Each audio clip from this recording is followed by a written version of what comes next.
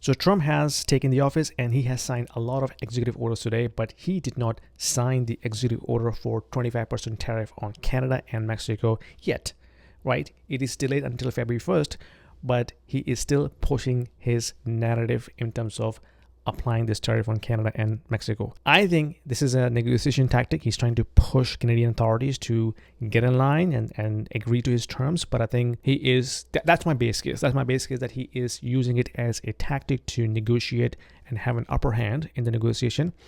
But everything is possible, right? He may end up implement 25% tariff because he did something similar back in 2019. And in his last speech, Tiff Macklem was asked about the economic impact of tariffs, and he referred to the study BOC did back in 2019, analyzing the bilateral trades between the two countries and how this is going to impact Canadian economy because of that 25% tariff. And using the same study, we can draw conclusions. And actually, National Bank has done its own research based off that Bank of Canada's 2019 research that the tariffs are going to impact Canada a lot. Right? According to their study, Canada's GDP, the real GDP, which is adjusted for inflation, is going to decline by 6%. 6%. And it doesn't sound big to you as an average person, but I can tell you for a developed country's economy, that is huge, guys. Okay? And if you compare with the past recessions going all the way to 1970s, this will be the second highest outside 2020 COVID. Okay, so in COVID, we saw a big decline in terms of the GDP, minus 12.7%. But if we exclude that and we look at the previous recessions, this will be the biggest recession going all the way to 1970. So that will be the impact. That will be the worst case scenario if the tariffs are implemented and Canadian authorities are also applies retaliatory tariffs on US products. This will have major impacts on both sides.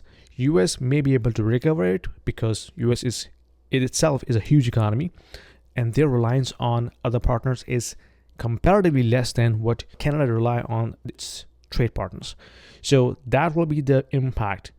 But I think this is going to be a negotiation tactic from US on Canada to get in line and agree to their terms. But who knows? I think we have to see. The time will tell. In addition to that, Trump has signed a lot of other executive orders, but that may have an impact on the global economy and financial markets, by the way. So the first one he signed was withdrawing the funding from World Health Organization. That's a big one, guys. That's a big one, especially if the globalists were trying to push another pandemic. This will be a big blow to them. End of birthright citizenship of illegal immigrants. That's a big one. He's also withdrawing from Paris Climate Treaty. He's freezing government hiring and new federal regulations. Plans to increase housing supply. There are only 2 genders. That's a big blow to the DEI initiatives. And before he actually made that announcement, all the CEOs of major corporations who are pushing DEI objectives are also pedaling back from that. And then TikTok. He's trying to push Elon Musk to buy TikTok. I think that's what behind the scene is happening. That's my reading so far. And if that happens, that will be quote unquote your free speech only in the hands of Elon Musk, whether this is X or TikTok. You are not allowed to say anything that is not aligned with Elon Musk. Single person handling 2 major social media platforms, X and TikTok. So that's really what's going to happen. And he's also planning to kick off the US oil industry. And after that, we saw a decline in oil price, which means the US is going to ramp up the demand of oil production going forward. He's also trying to pull from Ukraine and Middle East war. We have already seen the ceasefire deal in Middle East. So there's a lot of stuff coming out of Trump administration, which looks good to me, to be honest, at large for the society. But we have to see how he is going to implement and execute those orders and how this is going to impact the global economy and the financial markets. We're going to see tomorrow how the market reacts. The crypto market pulls back because of all the nonsense about Trump meme coin and Melania's meme coin.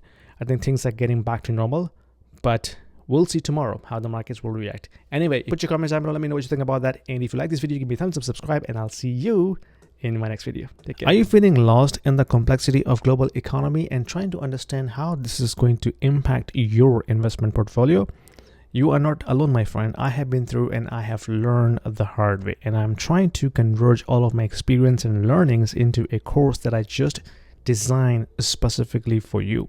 In this course, Mastering Macroeconomic Fundamentals for Investment Strategies, I'll show you how to decode the economic trends, navigate market cycles, and build smarter, adaptable investment strategies. You're going to learn, analyze key indicators like GDP, inflation, and yield curves, identify opportunities in commodities and crypto alike, and adjust your portfolio to thrive in any cycle. With real-world examples and actionable insight, this course will empower you to invest with confidence, no matter what the market is. Don't just react to the news. Understand them. Enroll now and take control of your financial future today. Financial education is very important for everybody, especially for the kids who are still at school, because when they grow up and go into their professional lives, if they don't know how to manage their finances, that is going to be a disaster to begin with.